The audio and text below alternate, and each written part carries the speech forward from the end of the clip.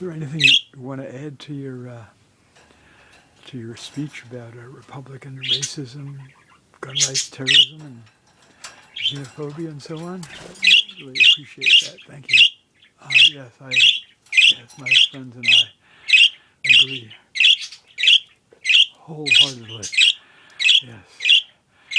Thank you so much, Blanche. This is Blanche DuBoid making an impassioned statement against Republican xenophobia, intolerance, their embrace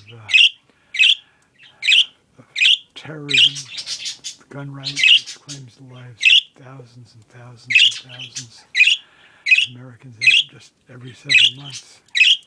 Thank you, Monsieur DuBoid. Yes. Anything you'd like to add to that over here? Prime Minister Mazel Yuramovich? Berkey Working Museum Director Chi? No? Okay. Thank you. Thank you. And thank you again, Monsieur DuBoid. And that's on the left, His Royal Highness Prince Sipila, Your Excellency.